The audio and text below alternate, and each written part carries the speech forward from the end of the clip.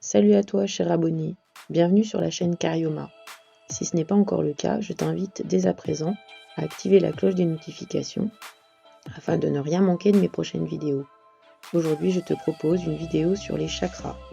Les chakras sont des centres énergétiques qui permettent d'alimenter correctement les organes. Ils sont issus de la conception du Kundalini Yoga et sont également des outils thérapeutiques utilisés en médecine ayurvédique. Lorsque l'énergie circule librement dans les chakras, les organes reliés à ceux-ci sont en bonne santé, ainsi que l'état psychologique et émotionnel qu'ils supportent. En revanche, si l'énergie est bloquée ou insuffisante, la maladie s'installe, ainsi que les troubles émotionnels et psychologiques en lien avec le chakra concerné. Muladhara, le premier chakra ou chakra racine, est crucial dans notre équilibre énergétique. Il est relié au périnée, aux organes génitaux, à l'anus et aux vertèbres coccygiennes. Il est associé au sentiment de sécurité, de stabilité et de confiance en soi, et nous assure, par son bon fonctionnement, d'assouvir nos besoins primaires. Il offre la capacité de vivre pleinement notre incarnation. Lorsqu'il est mal équilibré, la personne peut développer du cynisme, de la cupidité, de la négativité, un sentiment extrême d'insécurité et également de l'avarice. Elle pourrait également tomber dans la paranoïa, l'agressivité ou encore les troubles alimentaires, avoir un sentiment de repli, de solitude et de désespoir. Ce chakra peut se bloquer par un quotidien stressant ou une instabilité amoureuse, financière ou émotionnelle, ou encore par le biais de problèmes corporels comme le manque d'ancrage ou de tonus musculaire. Ce chakra est lié à la couleur rouge, couleur que tu peux visualiser ou porter pour le réharmoniser, ainsi que la consommation de légumes racines, de légumes ou de fruits rouges, la pratique d'activités d'ancrage comme la marche pieds nus dans l'herbe ou le sable, le jardinage, la poterie ou encore la cuisine contribueront à renforcer la connexion à la terre et donc à son équilibrage. La méditation de pleine conscience avec le scan corporel et le yoga avec des postures telles que l'arbre, la pince ou la guirlande sont très bénéfiques à ce chakra. Le deuxième chakra, Vadhisthana ou chakra sacré, est relié fortement à notre vie sociale et à notre capacité de créativité. Il assure la fluidité de nos émotions et de nos pensées. Il régit également l'énergie sexuelle et l'établissement de relations harmonieuses avec les autres. Il est situé entre le pubis et le nombril. En cas de déséquilibre de celui-ci, la personne pourrait présenter des infections urinaires ou rénales, des troubles de la rate ou de la vésicule biliaire, des dysfonctionnements intestinaux et gynécologiques, ainsi que sexuels, des douleurs lombaires, sciatiques ou encore des varices. D'un point de vue émotionnel, ses capacités artistiques et créatives seront diminuées. Elle manquera de confiance en elle, sera insécure, frustrée, colérique, avec une tendance à l'hyper-émotivité, la dépendance affective et à la manipulation. Sa couleur est la couleur orange. Pour aider son harmonisation, tu pourras la visualiser ou la porter. La consommation de mangue, orange, miel, curcuma, curry, carottes, patates douces, citrouille ou encore la cannelle aidera à son équilibrage. La pratique d'activités d'eau comme l'aquagym ou la natation seront bénéfiques, ainsi que toutes les activités créatives et artistiques. La méditation autour de l'élément de l'eau lors de ton bain ou de ta douche sera excellente pour son bon fonctionnement. En yoga, toutes les postures en ouverture de hanche seront indiquées, comme par exemple la posture du papillon, la posture du pigeon ou encore celle de la déesse. Les pierres, telles que l'œil de tigre, la pierre de soleil ou encore l'aragonite ou la citrine, sont de très bonnes pierres pour ce chakra. Le troisième chakra est le chakra du plexus solaire ou Manipura en sanskrit. Situé au niveau du nombril dans la région de l'estomac, il est lié à notre système digestif et aux organes qui régissent notre métabolisme en transformant les aliments en énergie et en chaleur. Ce chakra est le siège du pouvoir décisionnel et de la volonté.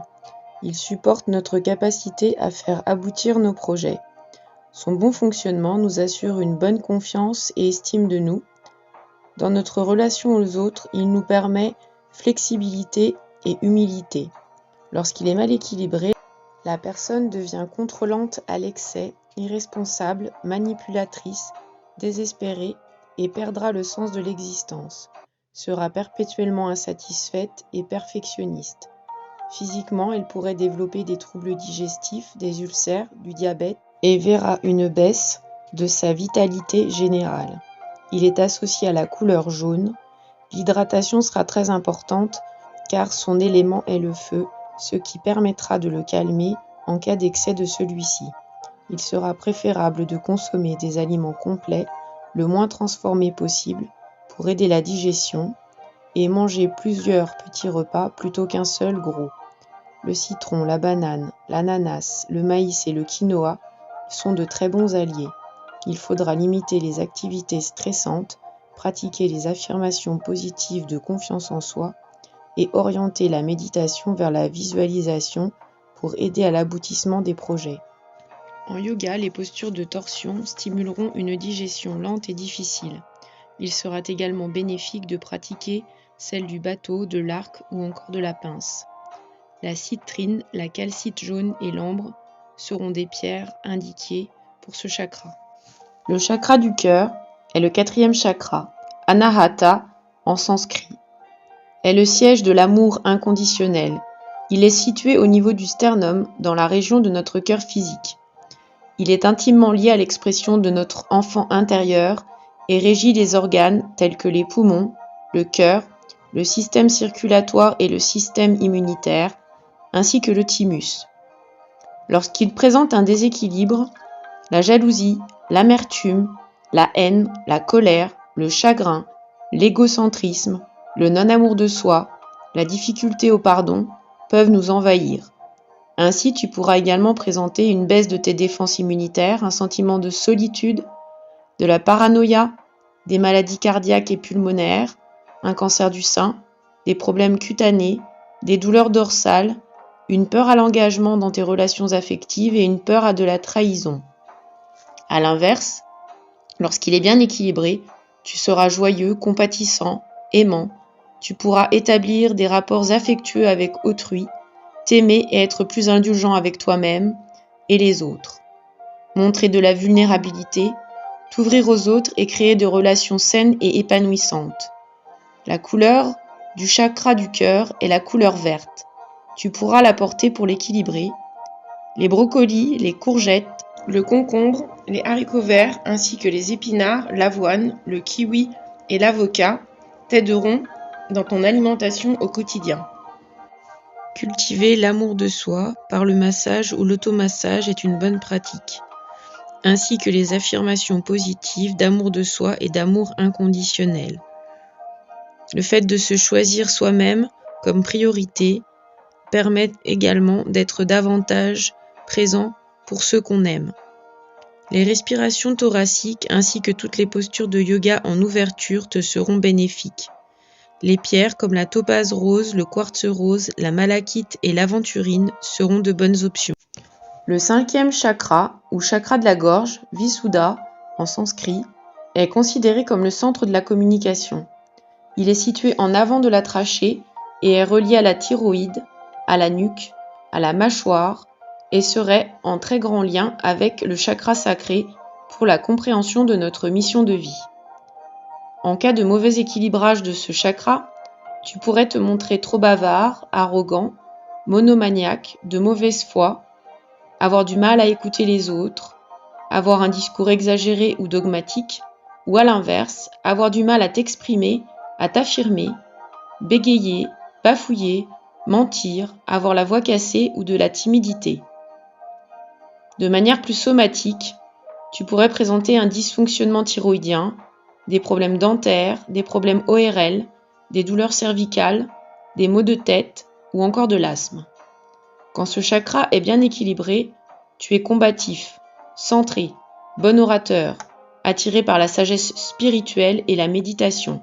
Tu es clairaudient et tu échanges facilement sur tes sentiments avec les autres. Tu es capable de te montrer attentif à l'expression des autres capable d'interagir et d'être à l'aise avec tes émotions et tes sentiments. La couleur bleue est celle de ce chakra. Tu pourras la porter au quotidien pour t'aider à l'équilibrer. Les pommes de terre, le raisin, les myrtilles, la spiruline, les fleurs comestibles comme le bleuet, la lavande, participeront à son équilibre dans ton assiette. Le chant et le travail sur la communication de tes besoins et de tes émotions seront très opportuns. Toutes les postures de yoga en lien avec la thyroïde seront bénéfiques, telles que la posture du poisson ou de la charrue. Écouter de la musique et la pratique de la respiration du lion t'aidera à relâcher les tensions et à ouvrir l'expression de soi. La turquoise, la cyanite, la célestine et la calcédoine seront les pierres indiquées pour ce chakra. Ajna est le 6e chakra, ou chakra du 3e œil. Il se situe entre les 2 sourcils et serait la projection d'une petite glande située au niveau de ton front qu'on appelle glande pinéale. Ce chakra est considéré comme la porte d'accès à notre conscience supérieure et à la guérison émotionnelle. Il constituerait le centre de notre intuition et de notre perception extrasensorielle. Il incarne la sagesse et réconcilie les facultés sensibles aux facultés intellectuelles. Il est le lien entre nos 2 cerveaux. Il est également en lien avec nos fonctions cérébrales et ophtalmiques. En cas de déséquilibre de celui-ci, migraine, céphalée, convulsions, AVC, affections ophtalmiques, sinusite, troubles neurologiques et sciatiques nous assaillent. Une incapacité à penser par soi-même, un manque d'ambition ou de concentration, un excès d'émotions négatives ou encore une surintellectualisation, la certitude de détenir la vérité et vivre perpétuellement dans l'imaginaire et encore la confusion mentale sont d'autres symptômes en lien avec ce déséquilibre. Quand Ajna est équilibré, on atteint une certaine sagesse et connaissance, une compréhension des choses de manière intuitive. Il n'y a plus de place pour le doute et la peur de la mort, la vie est expérimentée sans crainte et les choses et les personnes sont perçues de manière lucide et claire. Tu auras de la facilité dans tes prises de décision. La couleur indigo, au travers de tes vêtements, permettra de l'équilibrer. Les aliments riches en oméga 3, le cacao, les mûres, les aubergines, le chou rouge, la patate douce violette, le raisin, les prunes, le curcuma et l'ail sont de très bons alliés pour son équilibre. Les postures de yoga comme celles de l'enfant, de l'aigle, du dauphin sont très indiquées pour ce chakra. La méditation, surtout basée sur le lâcher-prise, et la respiration alternée t'aideront également. Enfin, la labradorite, le lapis lazuli et l'œil du faucon sont d'excellentes pierres pour ce chakra. Pour finir, le 7e chakra est le chakra coronal, Shasrana en sanskrit. Il est le centre de la compréhension, le symbole de la canalisation de l'énergie et de l'éveil spirituel. Il est la connexion et la fusion entre l'être et le divin. Il permet de canaliser l'énergie du cosmos dans notre corps et de faire le lien entre notre conscient et notre subconscient. Il est relié au cerveau, au sommet de la tête et à l'ensemble du système nerveux ainsi que l'épiphyse. Déséquilibré, tu développeras migraine, frustration, disparition de l'étincelle de joie, indécision, perte de mémoire, idées suicidaires, perte de tes croyances, expériences, pensées et émotions.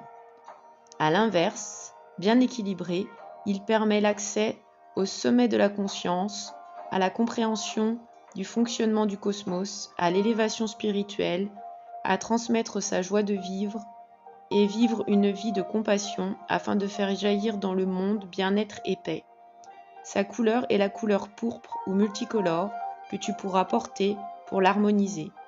Le clou de girofle, la pétale de rose, le gingembre, la noix de coco, le litchi, les champignons et les fruits tropicaux stimulent le bon fonctionnement de celui-ci. La marche à l'air pur ainsi que la pratique quotidienne de la méditation et de la prière pour le bien-être et la paix, ainsi que la lecture d'ouvrages spirituels seront très bénéfiques à ce chakra.